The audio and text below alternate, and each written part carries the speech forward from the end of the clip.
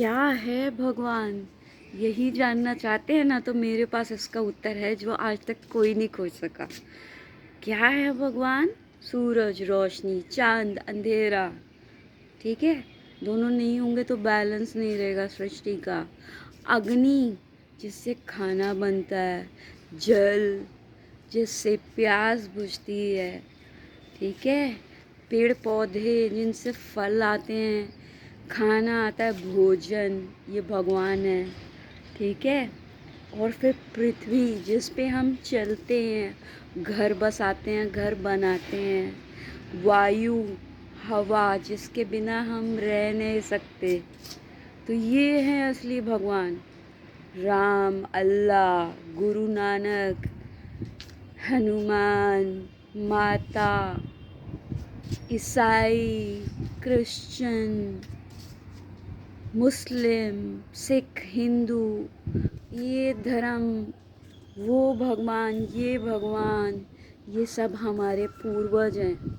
ये हमें मार्गदर्शक बन के हमें ये हमारे मार्गदर्शक बन के हमें सिखाते हैं सही राह पे चलने की। पर असली भगवान वही हैं जो मैंने आपको बताए हैं। ये सिर्फ हमारे पूर्वज हैं, इससे ज़्यादा और कुछ भी नहीं।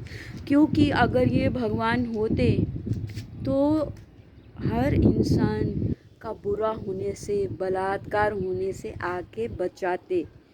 तो चाहे आप मंदिर में जितनी मर्जी घंटियाँ बजा लो, जितना मर्जी अल्लाहू अकबर बोल लो, जितना मस्जिदों या ईसाई घरों में जाके क्रिश्चियंस के जीसस भगवान पुकार लो, चाहे आप जितने मर्जी किसी भी धर्म में पूजा पाठ कर लो।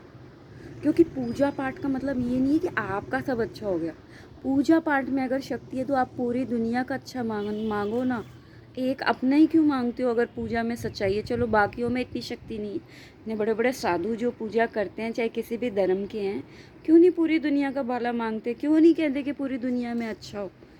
वो तमाशे हैं फिर कि जी सब कुछ ही अच्छा हो जाएगा तो फिर कैसे? क्यों भाई, सब कुछ अच्छा होने में क्या बुरा है क्या? बकवास बातें हैं।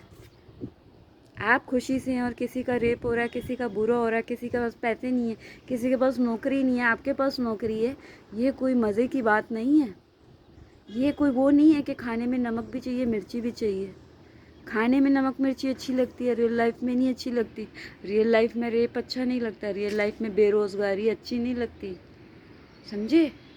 और हर जीव जंतु, जितनी भी सृष्टि है, सब में सेक्सुअल ऑर्गन, स्पर्म्स मैट्रिक्स हैं, जिससे सारी जातियों का निर्माण होता है, उत्पन्न होती है और फिर एक दिन मर जाती हैं।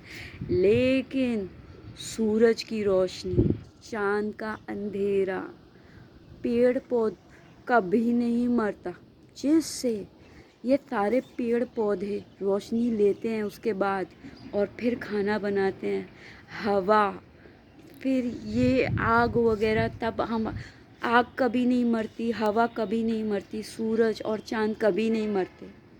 इन्हीं से फिर पेड़ पौधों में भोजन आता है, जिससे हम सारे जीव जंतु जीते हैं। ठीक है, और ये ज़रूरी नहीं कि हम जानवरों को मार के खाएं तो ही जिए, ये हमारी खुद की मर्जी है। ठीक है, तो ये पॉपुलेशन जो है ना अनलिमिटेड है, जानवरों की, हमारी। सो भगवान सूरज, चांद, अग्नि, वायु, पृथ्वी के बाद ये आते हैं पेड़ पौधे। उसके बाद हम सारे जीव जंतु, जानवर सब आते हैं। ठीक है, और जो एक दिन पैदा होते हैं और मर जाते हैं। तो आज आपको पता चली सच्चाई। क्योंकि अगर देखो आप कहीं पे अगर किसी का रेप हो रहा है तो भी सूरज वहीं बरकरार है, वो कुछ नहीं करता। चांद भी बरकरार है, अपने टाइम से आते हैं, टाइम से जाते हैं। उनको मतलब नहीं किसी के घर में कोई मरा या किसी का रेप हुआ या कोई बेरोज़गार है। उनकी रोशनी एक रेपिस्ट के लिए भी है, एक नॉर्मल के लिए भी है। बस है क्या, हमारी एजुकेशन है इंसान की। हमारे पास आँख है, दिमाग है, हाथ पाँव है। हम जो करना चाहते हैं वही करते हैं और करवाते हैं। सो पता लग गया कौन है भगवान?